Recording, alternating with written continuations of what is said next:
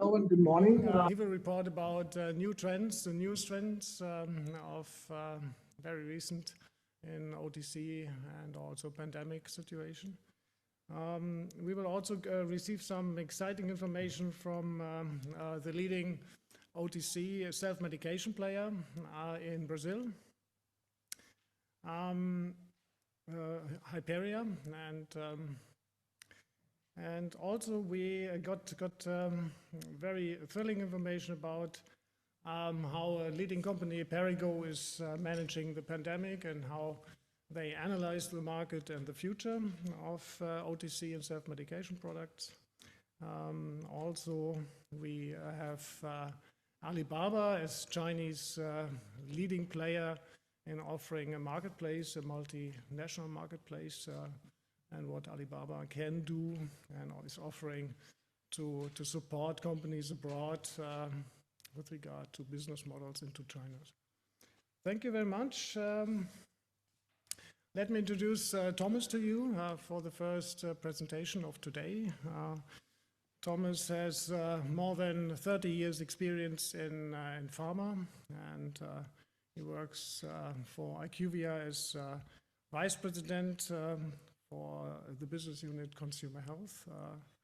His role is to oversee everything in account management, client services, marketing and product development, focusing on OTC medicines, dermocosmetics and food supplements. And he will present to us the latest news from IQVIA, and here we go. Yeah, thank you, Thomas, for the introduction.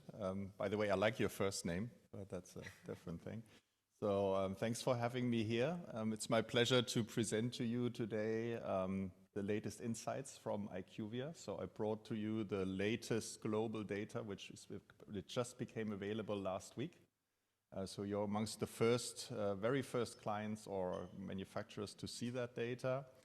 I already saw some IQVIA data yesterday, and unfortunately I'm bringing to you more IQVIA data today. Obviously, that's a promise. So let's kick it off. Maybe what is IQVIA? So Thomas pronounced it very nicely, thank you. I mean, most of you know that IQVIA was formed as a merger between IMS Health and Quintiles. So we are now the combination of a leading data provider, consultancy, technology provider, but also clinical research outsourcing organization. So we are able to serve the pharmaceutical industry end to end. As Thomas mentioned, my remit is very much in consumer health, and consumer health means predominantly OTC and dermocosmetics, and you can see some numbers here on the screen which are describing a little bit what we are doing in the consumer health space at IQVIA. So we're about 1/10 of the size of the overall company. So IQVIA has about 65,000 employees, and about 6,000 of them are focusing on OTC and the other categories, which you can see here. So this is our definition of the consumer health space. So all the data that I'm showing to you later on is focused on these 4 categories. Yeah. So, but let's start with OTC, which is definitely the, I think, in the core of what most of you are doing. And you can see that the global OTC market is still growing, but the pace has declined during the pandemic, definitely. So we are now showing a 2.1% growth rate based on the actual moving annual total of Q2, which means that is data from July 2020 up to June 2021. Yeah, and you can see the growth rate in the previous calendar years has been significantly higher. So there has been a slowdown, and we will see what have been the root causes for this slowdown in growth in a couple of minutes.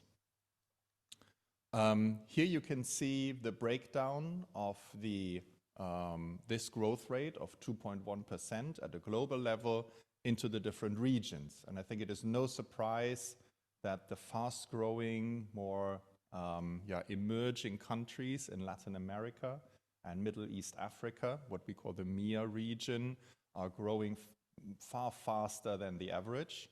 And you can see one region which is actually declining, which is the Americas. So the OTC market in the US, due to the pandemic, has suffered even a slight decline. You can also see Europe with just plus 1.1% is also another region where we see significantly less growth than in the past. Yeah. So in terms of categories, and we are here at a Business Development and Licensing Congress, so I think you're all hunting for opportunities where to invest. Not only from a regional perspective, but also from a category perspective. I think one thing is very clear following the pandemic, that there is a strong focus on prevention. There is a strong focus on what we call vitamins, minerals, and supplements, so the VMS category, which includes everything also when we talk about immunostimulants and other things which are helping your immune system to become stronger to potentially prevent an infection from the SARS-CoV-2 virus. In return, you see a very sharp decline in the CCR category. So CCR stands for cough and cold remedies. And that is also, I think, very familiar to most of you, that given that we are now having social distancing, we are wearing masks, and we are avoiding large crowds. So obviously, communicable diseases have had much less time to spread. And this is then reflected in this sharp decline in this cough and cold category. Yeah, you see other categories where we see, I would say, ongoing and long-term growth are continuing to grow, like digestive health and skin health. So those are definitely trend categories where we have seen an ongoing growth. But within these, let's say, categories, there have been subcategories with sharp decline and also subcategories which have enjoyed a lot of growth. So if you look at the skin category, for example, you can imagine that hand creams and stuff like that have absolutely boomed just because we have washed our hands sometimes 7 times a day. Yeah, so that is a normal effect of the pandemic, that we see some subcategories growing and some declining. So this is a confusing picture on the first side. So you can see here the last 5 quarters, and you can see them for each of these subcategories that I've just highlighted. If we start on the very left of the slide, you can see the typical pattern that we have seen in, I think, almost every country around the globe, which was a sharp growth in Q1. And where did this growth come from? It came particularly from the month of March 2020, when there was a lot of stockpiling done by the consumers. Yeah, so if you remember, a lot of pharmacies were sold out with paracetamol and other things, where consumers at the time believed that will help them to prevent from an infection. Yeah. So this is causing, or this has caused this significant growth in Q1 2020, and in return, in that turquoise bar, you can see then the sharp decline in Q1 2021, given this is basically a baseline effect. Yeah, if you have a strong growth in one quarter, 1 year later, which is a normal quarter, you see a sharp decline. And now the same thing is happening in Q2, which is the yellow bar. Q2 last year was heavily impacted, that is the green bar, heavily impacted by the lockdowns. Yeah, so many pharmacies have closed down. Consumers were not able to visit retail pharmacies. And now we have the reverse effect, a rebound effect, that in Q2 this year, we are now enjoying double-digit growth. And you can see this, I think, most predominantly in the cough and cold category, which is called here CCR, where you see this significant decline over the last couple of quarters. Yeah. And now we see for the first time some kind of rebound effect, but this is not really, I would say, healthy growth of the category. It's just we are getting a little bit back to normal. Yeah. Okay. So I'm not going to point out specifically or specific manufacturers here on the slide. That's always a little bit challenging on a congress where you have people from the different companies sitting. But I wanted to highlight two patterns here which are important. One pattern is what you can see here on the left hand of the slide, that the top 10 consumer health or OTC companies are just accounting for about 30% of the global sales, which means our industry is still very, very fragmented. Yeah? And that obviously is an opportunity for mergers and acquisitions, licensing, etc., and for consolidation. And I think you've all seen the news or read the news over the last couple of weeks that there is a lot of consolidation going on. So M&A activity is ramping up, and we are predicting that we will see more consolidation in this fragmented industry going forward. The other pattern that I would like to highlight is that at least 6 out of 10 of these leading corporations have managed to grow faster than the global average. And that is quite unusual. So in the past, when I presented this slide over the last couple of years, typically we saw faster growth from the local, smaller companies compared to the global corporations. Yeah? And this is, I think, now driven when we look at this Q2 data, that many of these manufacturers here on the slide have a very strong cough and cold portfolio, which is now enjoying this rebound, so we see higher growth rates. So this is particularly true for P&G and Reckitt Benckiser, for example. Yeah. So let's talk about some of the key trends more on a qualitative side that we are seeing, and I'm taking you through that circle very quickly, and I can obviously talk for hours about them, and I've just picked 2 or 3 of them where I want to go in a little bit more detail. So let's start at the top, accelerated innovation. That is something I will highlight later. It's also e-commerce. I mean, intense M&A activity, you all know it. I mean, this is why we are here at this Congress, I believe, and I just spoke about it. We see evolving structures, so we see a lot of structural changes in the companies. You know that when you are in this industry for more than a decade, that there is something like a pendulum, that companies start to give more power to headquarters and sometimes power more to regions. And then there is someone new in the company and says we need to strengthen our headquarters. So we see that a lot of these discussions are going on at a number of companies at the moment. We believe that sustainability is a key trend for the next decade. We are all confronted with more demand from consumers to produce more sustainable products. We will see how the next government in Germany will look like. If the Greens, for example, the Green Party will have a participation. All these things that we are seeing will lead to a higher demand for sustainable products. I will speak later on about machine learning and AI, a little bit more detail in digital automation. So let's start with that topic, because I think that's something that will change the industry completely. And you can see some of these developments here, and again, I've not time to speak about each of them, but you can see that the key trend, or one of the key trends, is miniaturization of sensors. So the sensor technology has advanced in a way that was, I think, unpredicted about a decade ago. A typical iPhone now has, I think, 13 sensors built in. I think most of you have a smartwatch or are tracking your vital signs, your biosigns, using something like a Fitbit or whatsoever. And these types of devices will lead to more solutions which go beyond the pill going forward. Yeah. So in Germany, and I'm a little bit to share the German perspective, we now have a big launch of the so-called digital health applications. So in the future, it will be possible that a doctor prescribes an app together with a pill as one solution. Yeah? And that app will then be reimbursed if it came through an authorization process. Yeah? In the US, this is very familiar already. Yeah? We have a very big market for apps which can be subscribed, and the doctor can prescribe them.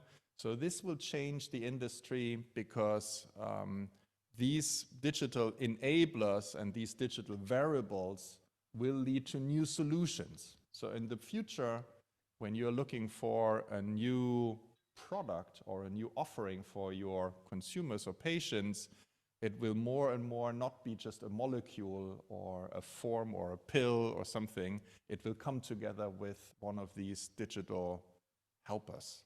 Yeah. And that will also lead to more personalized health. And personalized health will be one of the mega trends of the next 2 decades, we believe. On the forefront of that, and maybe the most advanced thing, is obviously something like 23andMe, so the DNA encoding service that is available. 23andMe already has about 10 million people contributing, so they have a database of 10 million people with the complete DNA sequencing. And that obviously leads to a lot of opportunities also for personalized health. So we know that, for example, in the area of probiotics, that already some products and solutions are on the market where you can send a test result of your microbiome. You do take a stool test or something, send it to the company, they're analyzing it, and then in return, they are giving you the probiotic supplement, which has been designed specifically to your biome. Yeah, that is already on the market. That will go one step further. Yeah, so we will get maybe a solution which will be tailored to your DNA. Yeah, and this is the future of healthcare. Yeah, let's face it. Yeah. So the one-size-fits-all solution, or the one pill for all solution, will disappear over time. Yeah, let's speak about innovation. I mean, we are all hunting for innovation, especially on a BD&L Congress, right? So some numbers about innovation. Innovation is a key driver for growth. So what you see here on the left-hand side is what we call our elements of growth analysis, where we are more or less dissecting the total growth number into the different components. So innovation growth, which means basically what is the contribution of new products, price growth, what is the contribution of price increases, and then volume growth, what is the contribution of old SKUs, and how are they developing. And you can see they're basically declining. So the message is, if you're not innovating, if you're not bringing new products, your sales will decline over time. And on the right-hand side, you see what we call Freshness Index, which means what is the value share of new products, newly launched products, in a number of categories. And see, pain is a little bit more difficult to innovate because you have a lot of blockbuster products who are dominating the market. Yeah? Whereas in VMS and tonics, obviously, is a highly dynamic market where it's very easy to come to the market with a non-registered product, etc. Yeah? And you have a higher freshness index there. So what is hindering us to innovate? And we've made a survey, and the biggest challenge, obviously, according to that survey, is understanding consumer needs. Yeah, that is the biggest challenge that is mentioned by manufacturers. And what is one of the biggest needs these days is to be natural. Yeah? And this is a very dominant demand in Germany, but I think also in many, many other countries. And you can see here, I mean, we are at a BD&L Congress, so I highlighted an example here that J&J acquired a company called Zarbee's, who have a product which is basically based on jamun, which is an Indian black plum. Yeah, it's a very natural product. 75% of all Indonesians consume black plum every day, so it's kind of a traditional health and well-being product. And these products which have a natural claim are significantly faster growing than the rest of the market in most of the countries today. These are just some examples. Again, I do not have the time to go through them, but you can see them in the presentation where we highlighted some products which have been launched recently which are based on the natural concept with natural ingredients in different countries, in different categories. Yeah, so you can see that this is a growing trend. Yeah, retail, and we are now coming to more the distribution side of things, and this is so important. It's not really the focus today, but I cannot leave you without some numbers in that area. The pandemic has definitely changed the buying behavior of consumers. Since it was much more difficult to go to a retail pharmacy, many of us shopped online. So I think if I ask you, did you purchase more stuff on Amazon last year than you did before, I think most of you would agree, yeah, that online is a mega trend. And you can see here on the left-hand side of this slide, what is the share of the e-pharmacies, the online pharmacies, compared to the retail pharmacies, the traditional brick-and-mortar pharmacies. And you can see, we are here in Germany, we have by far the highest online share compared to all the other countries where we have an e-commerce audit. And people sometimes ask me, why are Germans so much buying online? First of all, I think we are very price sensitive. Yeah, we invented discounters like Aldi and Lidl.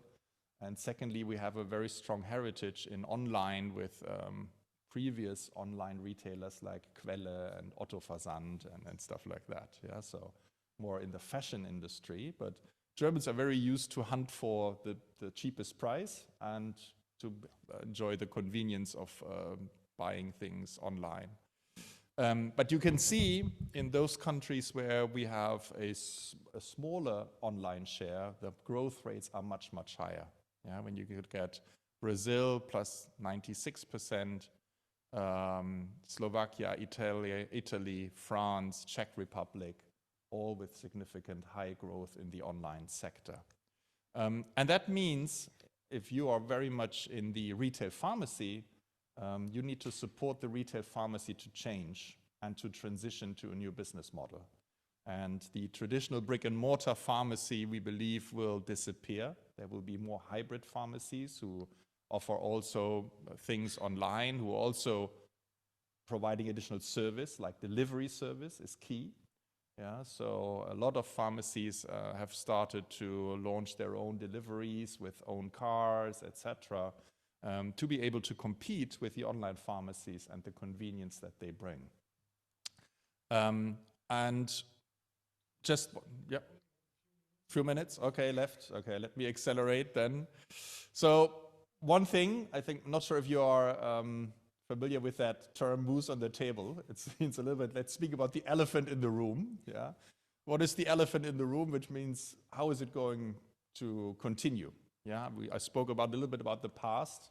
Let's speak about the future, and one thing which will determine our future is very much vaccination.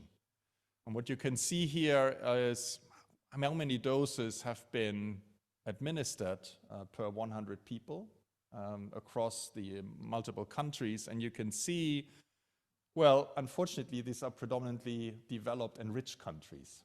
Yeah, and this is where the vaccination takes place. You can say this is a good thing. The bad thing is that the non-developed world is suffering and is obviously not so much vaccinated, and this will cause a problem. And another problem that we will see is that is the orange bar here in the survey, that even in the, let's say, developed countries, a significant part of the population is not willing to get vaccinated.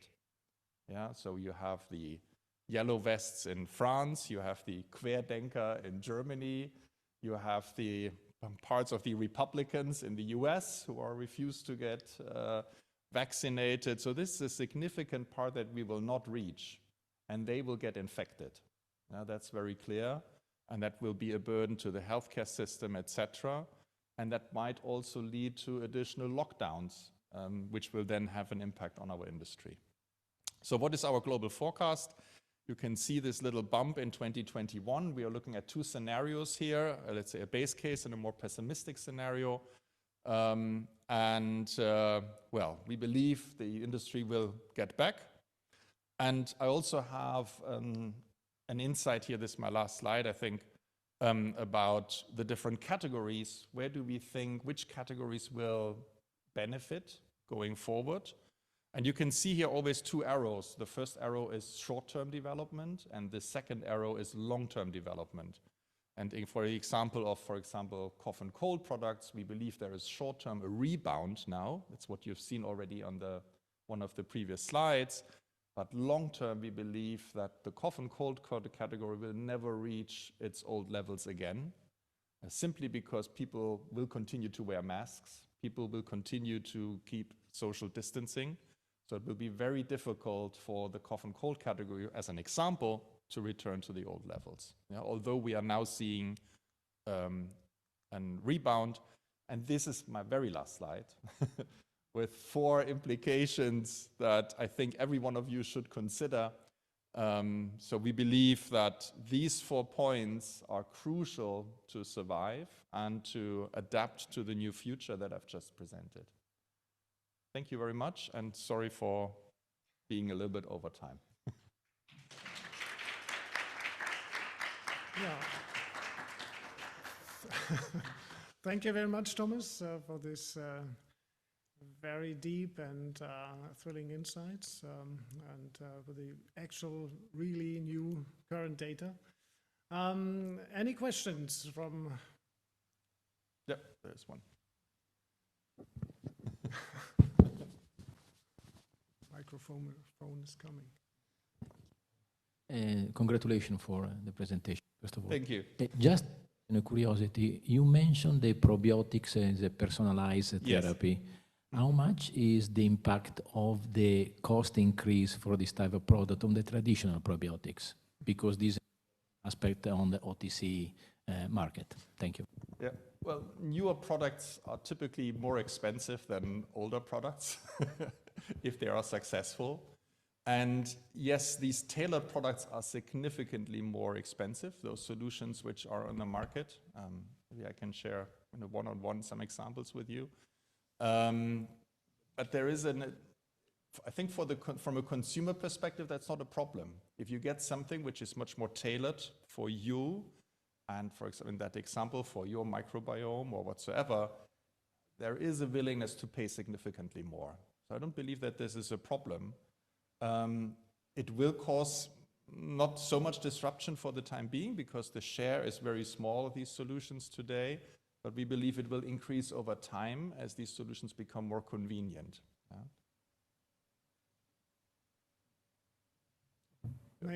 Maybe I have one, Thomas. How does IQVIA think to support manufacturers and OTC self-medication companies to overcome, to manage, or to grow business again or further and strategically? How do you think? Yeah, but I think in general, where we see a lot of gap at the moment is, for example, in the management of the online pharmacies. Yeah, so I think many companies do not have the capabilities and the skills in-house today to really manage the e-commerce channel because it's pretty new for us, right? And typically pharma is always a little bit behind other industries. So we have to adapt now quickly. The online share, for example, in Germany has jumped from 16% to 20% within 1 year following the pandemic. So it's much more accelerating than before. And companies need a lot of data to understand the e-commerce channel, obviously. And it's very different than the retail channel. And they also need to understand strategically, what does it mean if I'm no longer selling to, 10,000 pharmacies with 10,000 individual price negotiations? I'm now negotiating with Zur-Rose Group or Shop Apotheke as a key account who are maybe doing 20% of my business going forward. So these are very, very different kinds of discussions, which some of you are aware of when you are in the mass market channel and you are negotiating with a drugstore chain or something. Yeah? But many companies do not have that capability, and you need a lot of data to be prepared for these discussions and strategically.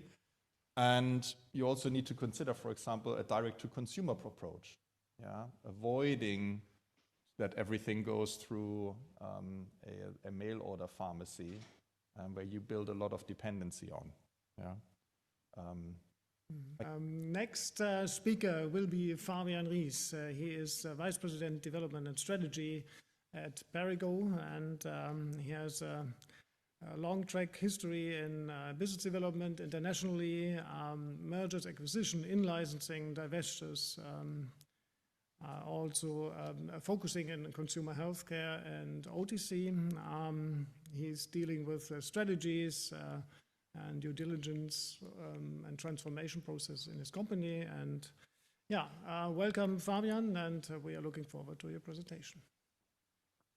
Thank you very much. So I hope you can hear me all well. Sorry I can't be with you in person, but I hope the audio works well. Okay, perfect. So I wanted to talk a little bit, first of all, about Perrigo. For those who might not know Perrigo, because despite the fact that we are actually quite large, we are probably also not that well known.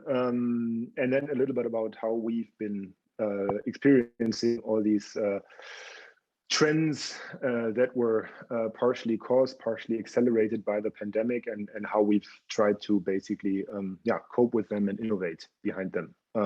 So if you could just jump maybe to the next slide. Just a very quick snapshot of Perrigo. Perrigo is one of the global self-care leaders. We have essentially two business units after we divested our RX business unit last year. It's a pure global self-care company focused on really bringing quality, affordable self-care products to our consumers in America and in Europe, where in the US we operate the leading OTC store brand business with roughly 2.6 billion sales. In Europe, our European or / international business unit is essentially what resulted in from the acquisition of Omega Pharma in 2015. It's 1.5 billion units focused on branded consumer self-care sales. Overall, globally, still Perrigo is a company with more than 20 manufacturing sites, 14,000 SKUs, and more than 11,000 employees. So indeed, one of the largest OTC companies, pure OTC pure players out there, but one due to the fact that 2.6 billion of our sales are sold as store brand, that do not really pop up and show up in the IQVIA data panels. Just a small deeper dive into Consumer Self-Care International, so our mainly European business unit on the next slide. It's essentially a business that is resulting of more than 100 acquisitions that Omega Pharma did over the course of 10 years. So it's a business unit that does not really operate pan-European brands, that really more operates local hero brands, regional portfolios with an extremely diverse portfolio. We operate the I would say bread and butter categories of OTC like cough, cold, allergy, and analgesics, with sometimes fairly large analgesics brands, but really only in certain markets like Solpadeine, for example. We also operate the whole range of VMS, natural OTC nutraceutical products. We are quite strong in what we would refer to as lifestyle categories, so products targeting lifestyle diseases like smoking cessation and weight / obesity management, really stretching to market leading dermatherapeutic brands, but again with a very strong regional focus. On the next slide, you see something referring to what Thomas essentially just mentioned. The M&A activity has accelerated. We've also, besides trying to cope with the pandemic, been quite busy over the summer, working on the acquisition of HRA Pharma, which we just announced 2 weeks ago. HRA is just an amazing addition to the Perrigo family, to the Perrigo portfolio. It's a global company with a global reach, based in Europe, 60% sales in Europe, but 20% in the US, with a very rounded and super interesting portfolio in blister care, with the market leading #1 blister care brand compete. Very strong track records in RX to OTC switches by really being the front runners of switching emergency contraception brand LR1 across multiple geographies. And they also have a leading scar care brand, Moderna, in the US. As I said, we've just announced this deal, so I can't really comment much more. The deal's not closed yet. So that as a background on Perrigo a little bit. Moving on, talking a little bit about trends, what we have seen, what we've experienced in the pandemic on the next slide. That's a little bit the snapshot, essentially just like touching on the points that Thomas already also touched on. Trends are in the end the same everywhere, but we've really tried to break it down a little bit between like what are really the trends that impacted demand and really where demand was shifted by the pandemic in the three areas that we've like tried to map here, break out on the left-hand side of the chart. A strong and even stronger focus on essentially consumer wellness, on self-care, people trying to basically take better care of their own health, with especially a boost in those segments like hygiene, immunity boosters, antiviral products, and so on. And then basically a little bit, actually a contradicting trend a little bit. Some consumers really, just due to the fact that they were especially also not really economically affected by the pandemic and were spending just more time at home, were spending more time shopping online, focusing on trusted brands, on market leading brands, on really consumers trading up. Also in the OTC segment, tending more towards the well-known traditional brands with more higher-priced innovations, while other consumers who were more affected by the pandemic were more trading down, were more tending towards value offerings, larger pack sizes, store brands, and so on, which is also something that we've also seen in the US. And on the right-hand side, trends which have been more accelerated, which were already ongoing since at least the last decade, which have been clearly accelerated by the pandemic, such as like D2C business, e-commerce, business really accelerating and picking up. I'm still curious to see how this will evolve after the pandemic. I think, I've just recently heard updated numbers on the number of parcels really sent over, hope the line is back. The number of parcels that were sent, that's actually already starting to decline again a little bit versus the really times during the pandemic over maybe the first half of that year. Technology adoption, right? The pandemic has really accelerated this shift also towards digital engagement, especially also digital engagement in medical care, e-pharmacies, self-diagnostic tools, teleconsultations, and so on. And last but not least, also the whole not necessarily not necessarily pandemic related, but to a certain degree still like more or less happening in parallel, more environmentally conscious consumers focusing on conscious consumptions, trying to live better, with also the topic of climate change being apparently all around. And I think those were all things that really also affected our industry. And that we've tried to cope with over the last couple of years, or the last couple of months especially. Moving on to the next slide, that's really like looking at this first trend, the shift in consumer demand. Consumers really focusing more on not just individual aspects of health or immunity, but really being more focused on wellness. I think that's a global survey that McKinsey did last year, where you basically see on the blue bars that like the consumer declared focus on wellness is something which across most geographies you will really see more consumers being really wanting to spend more, being more focused, being more caring for their own health, and self-care and wellness. Prevention is one part of it, But looking at it a little bit deeper, I think wellness, overall holistic wellness, has really multiple dimensions. And on the next chart, we've tried to basically break those out a little bit further. If you could jump to the next chart. Yes, thank you very much. So on the left-hand side, really starting with the core of what self-care means, better health, really stretching from, like, I don't know, supplements to just basic medical care, remote healthcare, and so on. That has always been there.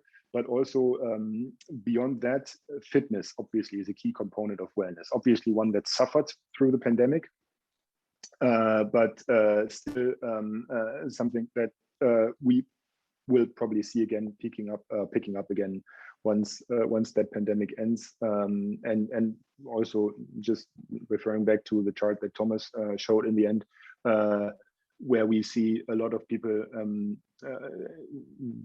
not taking so much care, for example, of their fitness during the pandemic, gaining a couple of corona kilos, so to speak, with now basically the weight loss category having at least a short-term boost again after when we go out of the pandemic. Nutrition is another key element that also is now basically becoming more and more part of wellness, with consumers having higher expectations vis-a-vis their food, not just basically tasting good, but also like helping me to live better and be more healthy.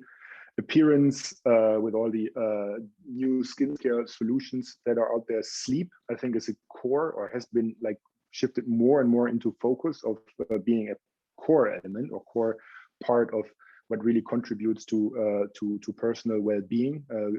High quality, good sleep, sufficient sleep, with us all spending more and more time in front of the screens. How can we really make sure that we sleep better? And I see a lot of innovation really behind this category, beyond just pure products, from sleep trackers to apps to all different types and forms of sleep enhancing products. To last but not least, better mindfulness, with the extremely high stress levels being caused by the pandemic, now making it even more relevant to like offer solutions, services, products to help consumers reduce stress, cope with their stress, measure stress, and being just more conscious also about stress levels. I wanted to just like pick out a couple of examples how Perrigo tried to innovate over the course of the pandemic behind like few of those trends. So on the next slide, to pick out the obvious one, the obvious one being immunity and prevention, a category that has been growing by more than 30% over the course of the last year, with alone vitamin C and D products making up an estimated market size by 2025 of almost €1 billion. That's a category where we operate market-leading brands in Germany with Optai, Davitamon in the Netherlands, and we were able to really quickly also launch immunity high-dose vitamin D products to just really like meet this consumer need. Probiotic supplements, that's something that is like somewhere between wellness, better immunity, gut health, but also like stretches a little bit into the nutritional part. Again, an area that has been growing more than 8%, with now an estimated market size forecasted to be in 2025 of more than 2.2 billion. And yeah, I mean, obviously a market that like we've all been looking into, and that all companies are essentially have been trying to innovate behind.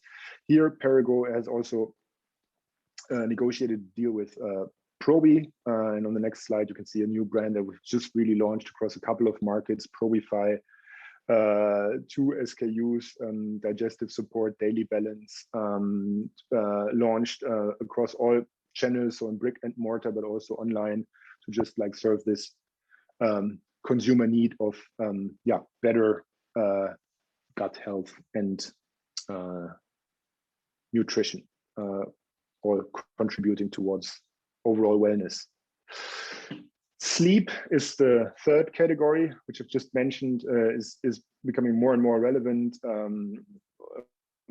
Sleep being the last category I wanted to call out, with also high growth rates, 1.5 million estimated market size in 2025.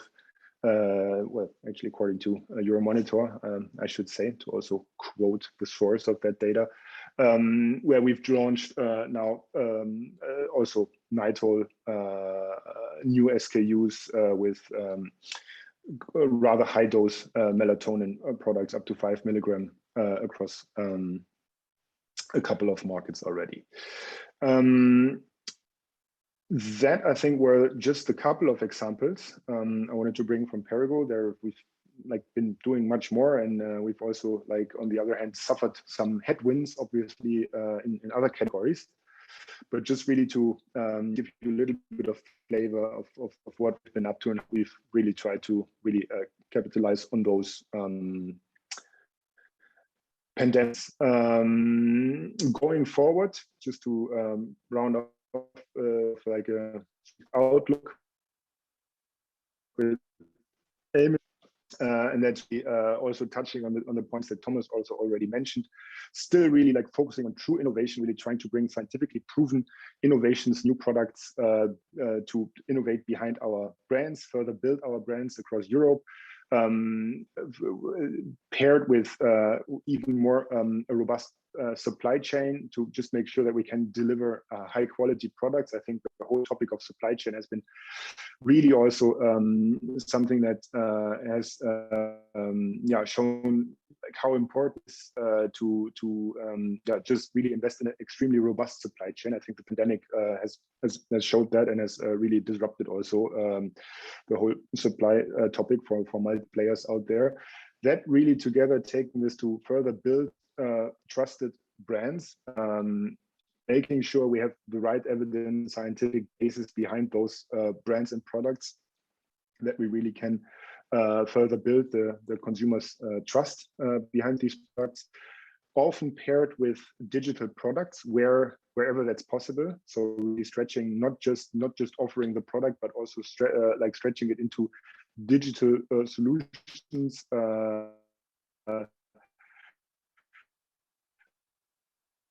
starting more towards drug combinations, I don't know, digital, some form of vital trackers, to even home tests and home that can all really fit to some parts portfolio, and really selling that through all the channels. The pharmacy channel will still stay and maintain to be our core and focus channel to really bring these products to our consumers. But we've, of course, also trying to boost the e-commerce channel, looking into DTC offerings across Europe, and while still also serving obviously the mass market channel. So I think rounding it off. So just on the last slide, just to say thank you.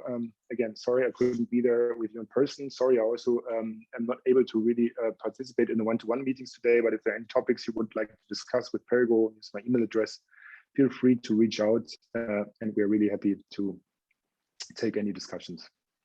Thank you very much. Thank you very much, Fabian. Thank you very much, Fabian, for providing us these very, very interesting insights into Perrigo's business. And the next presentation will be held by Helio Segouras. He is head of Hypera Pharma Consumer Healthcare Division. Hypera is the #1 leading Brazilian OTC self-medication company. He has a long years experience with different companies before he joined Hypera with PG and Pfizer and Novartis. He is in charge of strategy, marketing, commercial background, and I think in particular for us European participants, we are very interesting to learn something about Brazil, which is just on the other corner of the globe from our side. Helio, welcome, and we're looking forward to your presentation. Thank you very much. Very early here in Brazil, still less than 6 a.m. in the morning, but very glad to join you. I'll try to share my screen with you. Let me check it. It works. You tell me. Nice. Okay, great.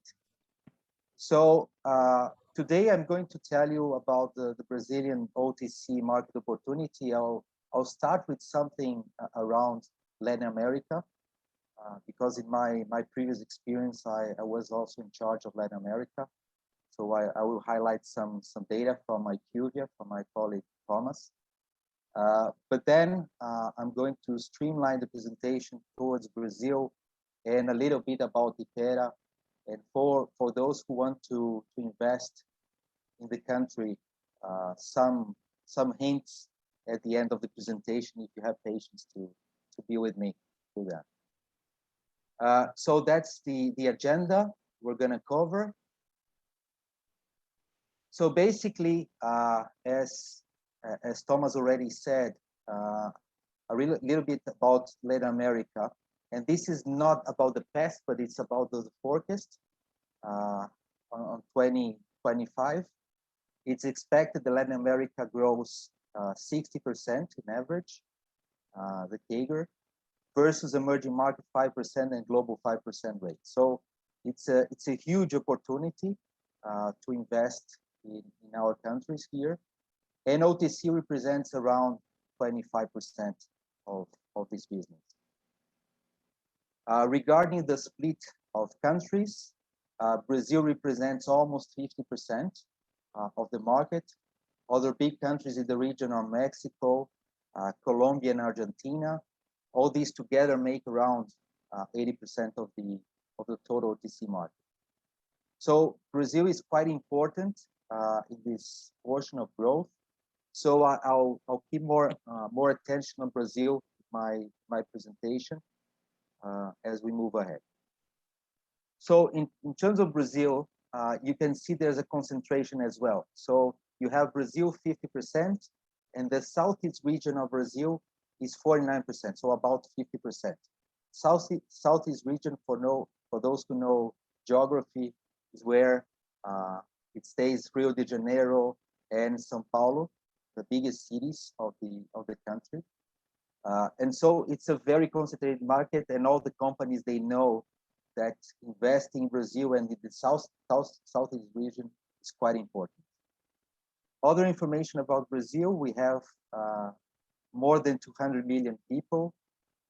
The average per capita GDP is about 7,000 per capita, but the per capita health expenditure is quite low, $31. So it's a big opportunity for us as we move forward with this market, and 96% is retail market. Other information about Brazil and OTC market, we have 82,000 pharmacies, so lots of pharmacies here in the country, about the same number as Mexico. Mexico also have a large number of pharmacies, but when we move towards the concentration of these pharmacies, 16,000 pharmacies, they represent about 75% of the sales. So really choosing the right pharmacies, depending on the category you compete, is very important. Segmentation is truly important. It's very unconcentrated market. I would say the top 3 drugstores, they represent less than 25% of the business. The biggest one is Raia Drogasil, is a pure Brazilian one. Then it comes Drogaria São Paulo and Pague Menos. They are becoming internationalized. And regarding the split by channel, it's interesting to see that independent stores at the bottom of the slide, they are 65,000 pharmacies, and they represent 30%. So really knowing the pharmacies you're going to visit is quite important. So the knowledge about the country is super important, and distribution channels that I'm going to talk at the end of my presentation. Regarding categories, I guess Thomas and Fabian, they they also talked about these markets. Vitamin is growing a lot and is the biggest one in our country, more than $1 billion in vitamins. So that's the top highlight of the market. Dermo OTCs is quite big here in the country, and it grows around 10% CAGR. Pain relief, analgesics, and cough and cold around 10% of this market, and all the other markets are more concentrated into 5% of the market share, total category share. Importantly to highlight the sedatives, so sleeping, as Fabian was saying, sleep was quite important here, and it's growing, it's the fastest growing one, and personal care, personal and nutritional care. So when you see these CAGRs, you see where the opportunity stays within the country. Some also market drivers before and after COVID. You see a lot of importance, as Thomas already said, on launch. So it's really important that launches are done for the companies that want to be successful in this country. But in the beginning of the COVID, we started seeing something around volume and price. Volume growing a lot because we lost mix. Lost mix means that the similar companies start to gain more share. Whereas you see 1 year after that the mix goes in favor. So the top companies, the higher prices goes back to this market. So it's just to show you about the behavior of the market, but launches are quite important in the beginning of COVID, and 1 year after it remains important. Some consumer trends, I think that the other speakers already talked about consumer market trends. I'll show some on Brazilian trends. So the first one is about the aging population. Quite astonishing, this graph showing that by 2060, almost 50% of the Brazilians are going to be 50 plus population. So this is important not only because they are active people, but also because it consumes more. And in the other graph, we show clearly that the 50 plus population, they spend 4 times more than the 20 to 29. So very, very important to the market, which means that the market will continue growing very fast in the country. Another important information, Brazil is one of the top ranked online nation. Just big numbers, 98% of Brazilians have a smartphone. 96% of us, we are internet users. We use 10 hours average per day using internet, so it's really a lot. And when it comes to senior use, it's also big. It's also big. We're showing that 85% of them use internet, and 75% of them already bought something online during the pandemic. So penetration is clearly high, irrespective to which age we're speaking. Some health 360 new trends. We bought a big research recently, and these are the top 5 trends. I guess most of them were covered by my colleagues, so I don't spend a lot on this slide. But well-being is a key priority for Brazilians. Mindfulness, that Fabian already said. One curiosity is that Brazilian is the most anxious people around the world. 90 million of us suffer from anxiety. This is a lot. This is 2 Riesses together suffering from anxiety, and we are very anxious people, truly. Prevention, we already spoke about it. Very concerned about prevention. And the social and environmental issues, I think they arise in the last 2 years. So 97% of Brazilians expect the brand solve social issues. They not only need to participate, but also solve the social issues. And environmental issues became quite important to our country. So let me talk a little bit about OTC corporations and a little bit more about Hypera. So this is the top ranking in the country, and I split it in two charts. That chart is the full OTC market, including the branded generics or similar products. So here we clearly see some Brazilian companies, some local companies, and some international companies. I'm bringing here also the OTC categories. So for example, in the case of Hypera, we have 21, we participate in 21 OTC categories. Grupo NC, which is also a Brazilian company, 20, União Química 18, and CIMED 18, and Sanofi 12. About the Freshness Index, which is quite important, we see here that L'Oreal invests a lot in recycling their business. This is part of the skincare business, very important. And the number of SKUs from innovation, which is quite big in these top leading companies. And this other slide, I show only the branded OTCs, okay? And here we see only one Brazilian company, which is Hypera, and all the other ones are international companies. So here we see appearing in the slide companies such as Abbott, P&G, Bayer, and Reckitt, which did not appear in the other slide. So, and the Freshness Index is quite important to the growth and to the market share of those companies. A little bit about the portfolio presence, which is quite interesting one. So here I show in green is in each of the categories, in green are the top first and second positions in the market. So for example, in analgesics, it's Sanofi and Hypera. The top companies in gastro are GSK and Hypera. In vitamins, Sanofi and GSK, and then it goes. Now in yellow, you see companies that move from third to fifth position in the market, in that category. And in red, the top, below the top 5 positions.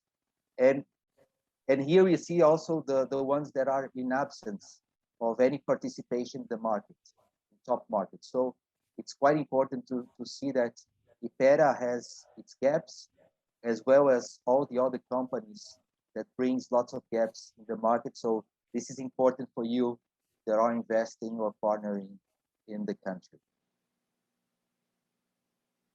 Regarding e-commerce, you saw the penetration of this market. The market is growing a lot. I mean, 3 times when we see the numbers quarter by quarter, it's still growing. OTC represents 43% of total pharma e-commerce sales, and on the light hand side you see the retail part. So retail is growing about 10%, whereas the e-commerce grows 84%. A little bit different date versus what Thomas said, because here is math. But 84% is the big one. Thomas, I guess, he showed 96% and bigger. And these are the top categories which are growing more in that segment. So digestive health, VMS, and pain are the ones who pushes the growth towards e-commerce. Here the top 5 online OTC players, about the same as the companies that I showed before, but here Sanofi, Johnson, and GSK are the ones who leaded the market last year. And this year, it's Sanofi, Hypera, and Johnson, the top 3 ones in the country. So it's about the same companies moving orders, but quite intensive growth for all of them. A little bit about Hypera. I'll not spend a lot promoting my company, but just to show you how we are structured. So in the pizza graph, we are showing here that we are split in 4 business units. So I stand for the consumer health one. We have the prescription products, mostly primary care products. We have the Spartan generics. We stand for Neoquímica. Neoquímica is the brand, the franchise which you use for Spartan generics. And we have the skincare, a newly opened business unit. It's called under Mantecorp Skincare. So we are the largest. Helio, let me tell you that we have 2 minutes left. So please. Okay, I'll move it. Come to the end of your presentation. Yes, absolutely. So we are the largest manufacturing pharma facility. We cover lots of pharmacies, 80% of the coverage, leading advertising investment, big detailing team, and consumer insights site, which is an R&D site, which is really important. Just the last couple of slides, and my finish. These are the top brands. We have many power brands that sells more than 100 million reais. This is the selling breakdown that we have in categories. And we recently acquired 2 companies, or brands from these 2 companies, Boehringer. So we just acquisition. We had the acquisition of Buscopan and Buscofen, and recently Neosaldina, Nebacetin, and Eperama. And we are in deals with Sanofi at this time. But we have other very big brands in all the markets we compete. Just coming to the end, these are the hints for those who want to invest or partner in our country. So basically investing a lot in supply chain and distribution scale, or partner with someone who has it. E-commerce coverage is quite important, knowing about digital media. Find local partners with robust regulatory manufacturing track record. Even the Texas part is quite important to know.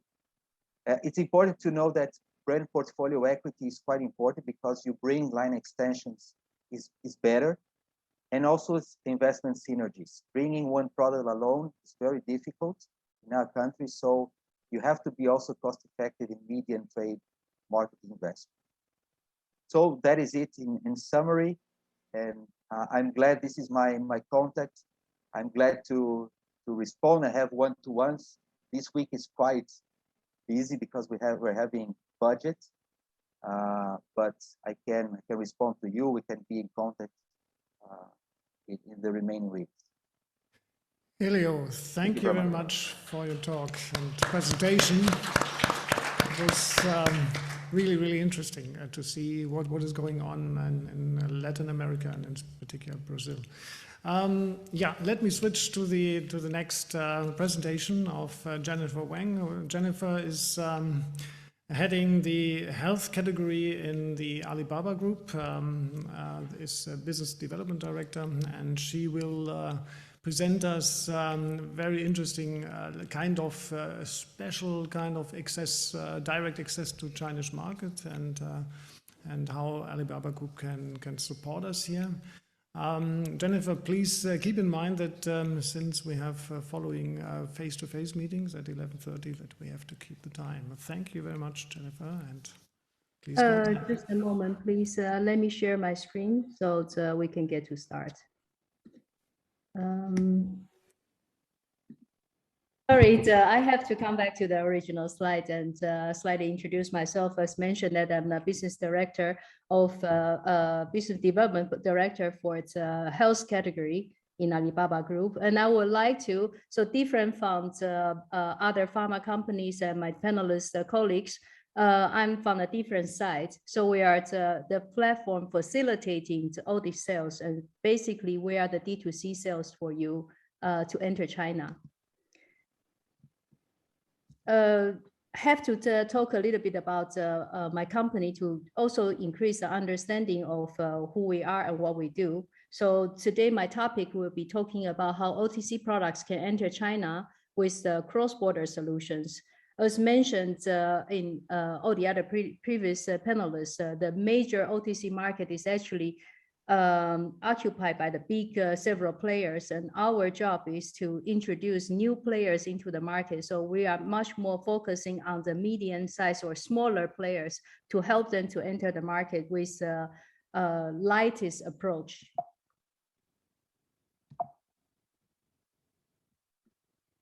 To talk a little bit about Alibaba, Alibaba is one of the world's largest retail and e-commerce companies. A lot of people don't understand what we do. Some people say, well, if I need to find something cheap, I will go to Alibaba. But that's far away from what we do. Because we are actually a data company, we are also the 5th largest artificial intelligence company. So to come back to what we are related to today, look at below, I have listed 2 out of our many different platforms. Tmall is a B2C, or we call D2C business. And under Tmall, we also have Tmall Global. We're going to introduce, I'm going to introduce that to you today. So the difference between the 2 is one is a local platform and one is a cross-border platform. So just a very quick understanding of what we do as Alibaba. On the left-hand side, you could see this is our core commerce platforms. They are B2B, C2C in different countries and different regions. For instance, Lazada is purely focused on Southeast Asia. Tmall Global is all the international companies going to China. Alibaba.com is B2B. You can go, purchasing anything in bulk to trade in your country. In the middle part is our media and entertainment sector. It's very big in China. So we have our sort of YouTube, Weibo, blog, all these services. And on the right-hand side are the local services. So supermarkets, travel services, food deliveries. These are all the things that we have quite a big scope in China. And all below, all our services below are our infrastructures. So we have the Alipay as a payments facilitator, and logistics is managed by our logistic company Cainiao, and we have marketing intelligence service, data management, Alimama, and everything what we do are hosted by Alibaba Cloud. So that's what we do in ecosystem, and we are going to talk about the cross-border part today.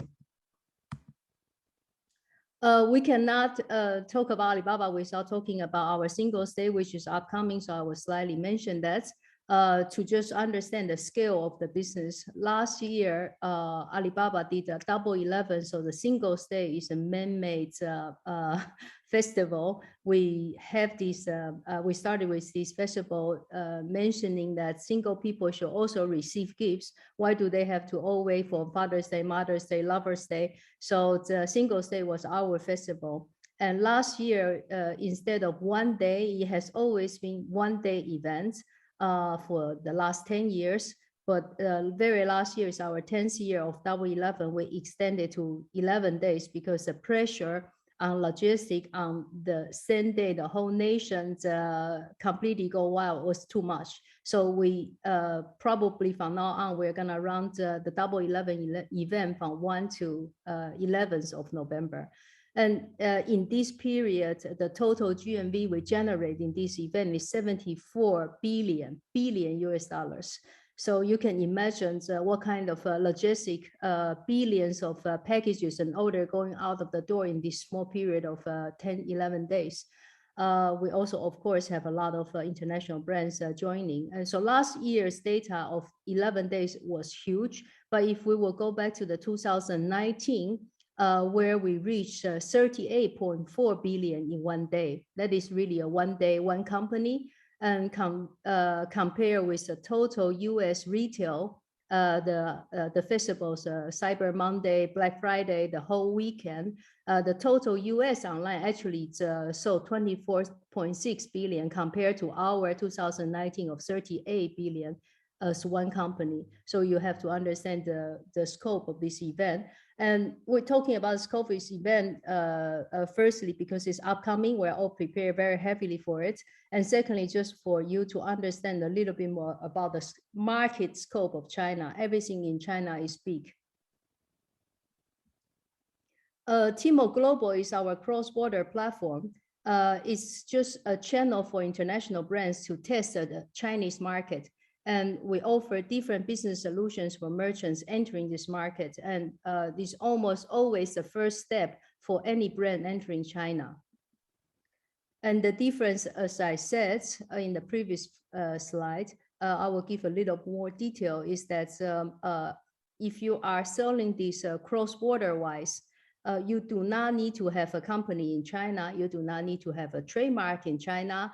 You have your home bank account, and just via the platform, you are able to serve directly to the consumer in China.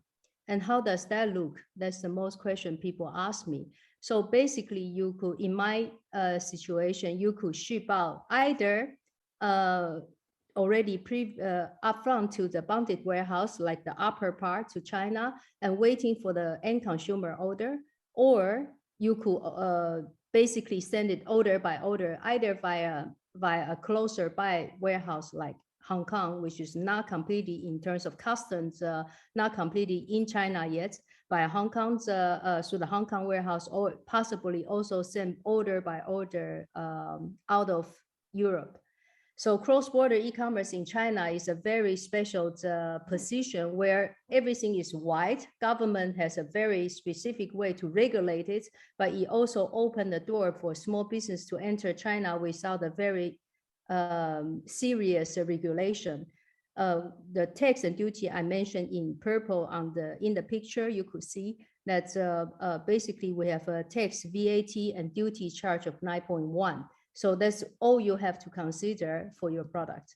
And of course, since it's cross-border, you actually didn't go through the Chinese custom, you didn't import the product. Consumer has done the personal import for this buying behavior. So it's without the CFDA and inspections. Having said that, it's not completely wild. So especially in the OTC part, there are still quite a lot of regulations, and we call them just a white list. So not everything can go through cross-border, not only the OTC, but also other consumer products. There are quite some items which we cannot handle through the cross-border because government considers them high risk. A little bit about the small kind of regulation about China, how they regulate the OTC products. In the green side, basically you can sell your product in some supermarket or convenience stores, and plus the local pharmacies or pharmacy together with beauty or personal care products. And the red one is only in pharmacies. It has to be a real licensed pharmacy. And on the right-hand side is also a famous sign. We call them blue hat. We call it blue hat.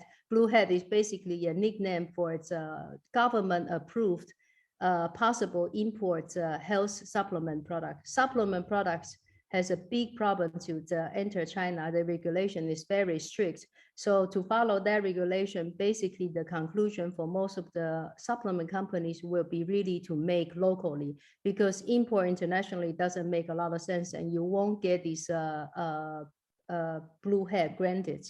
But that's a separate story we will talk about in the supplement part.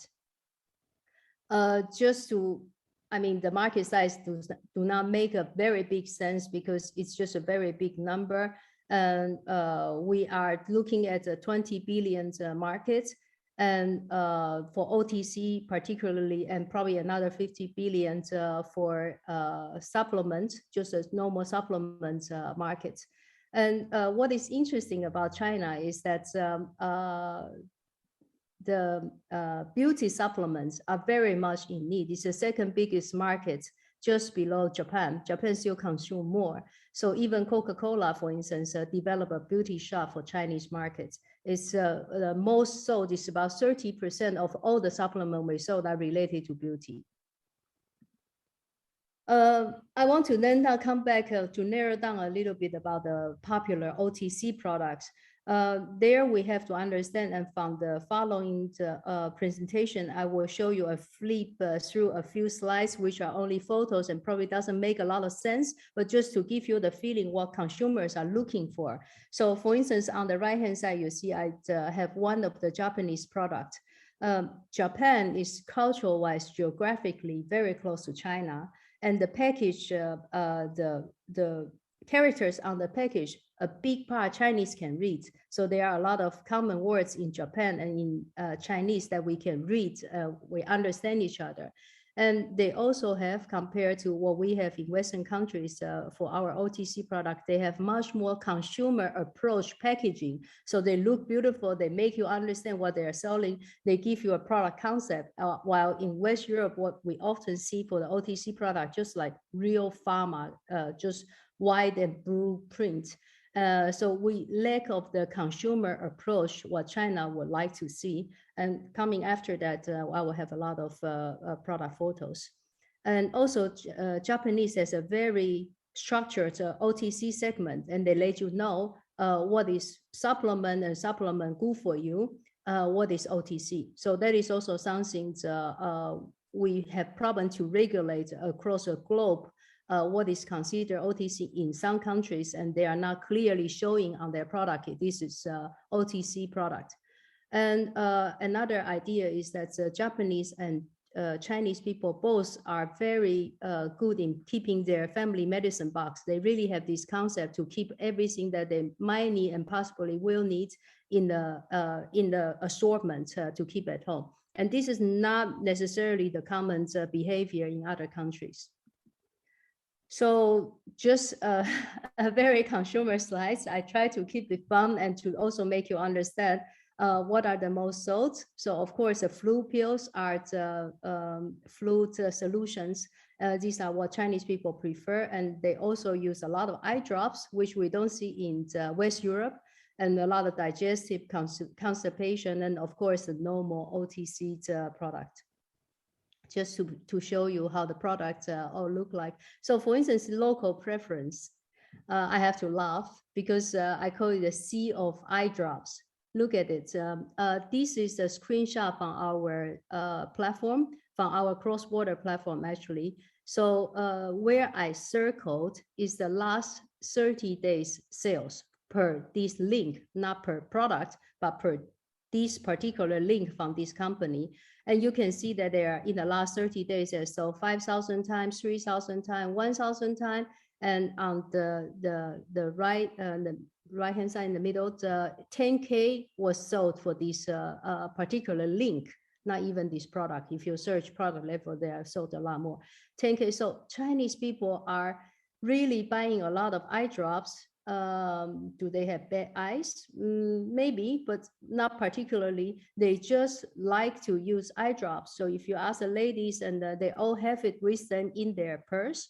And if you are in the office, everybody has a kind of eye drop on their desk. So when I am tired of working, Western people will say, well, let me close my computer and take a small walk. But Chinese people will say, okay, well, it's time for my eye drops. Very different behaviors of using OTC, and that create a very different market for us. So for instance, by trying to find a Western alternative for Europe alternative for eye drops, I really fail. I don't have so many choices. There are a few good brands, but just not a sea of choices.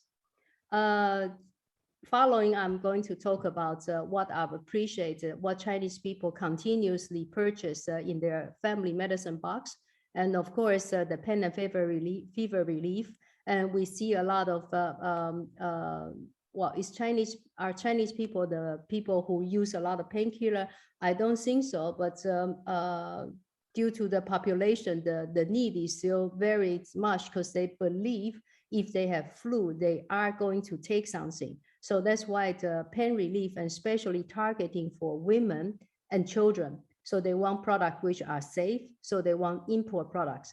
And also they also believe certain products have more effectiveness for 60% of the women in the childbearing age.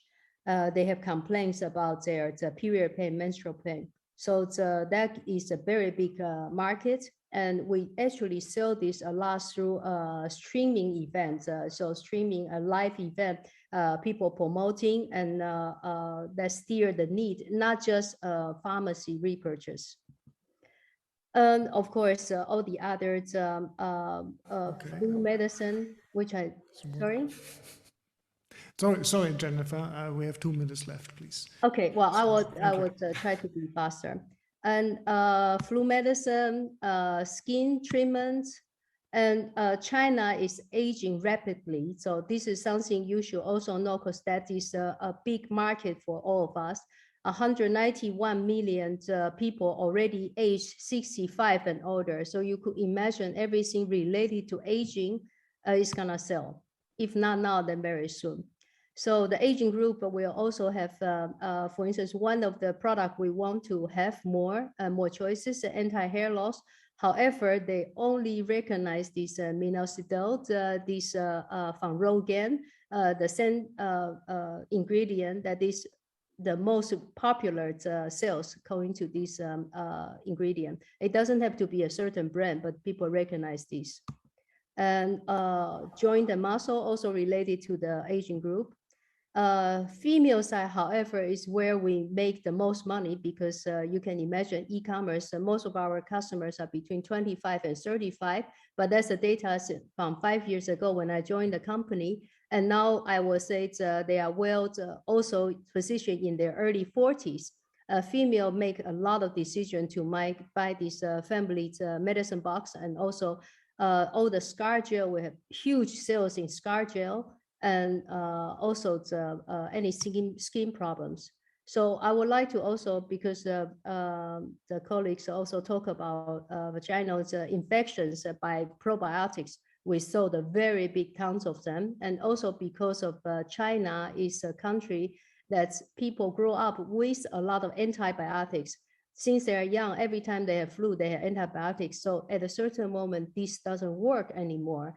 And if you have a chronic infection, vaginal infections, then actually the probiotics or some other products work much better for you than the antibiotics, because basically the weather continue drag this infection back. So we sell a whole tons of this.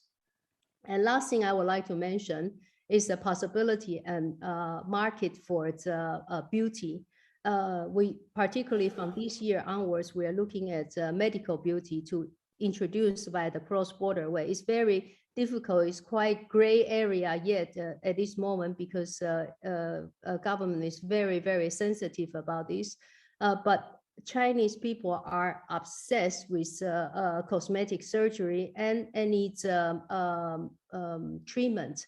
So the beauty market is for sure over $50 billion in China. So anything related to it, possibly there's an import demand. And you can see that we try to avoid needles, but fillers and mesotherapy and hair growth, peeling in this medical beauty part, we see a very, very huge market opportunity. So I'll think I'll stop Jennifer, here. thank you very much. I'll stop here. Really reached the time limit for the presentation because of the face-to-face meetings following this session. Let me thank you very much. It was an extremely exciting insight, and I think a lot of colleagues here will contact you directly if interested, of course. Jennifer, Helio, Fabian, and Thomas, thank you very much for giving us your insight, your personal view on the market, and share this very important and inspiring information. To all of you, stay safe, and thank you very much. Yeah.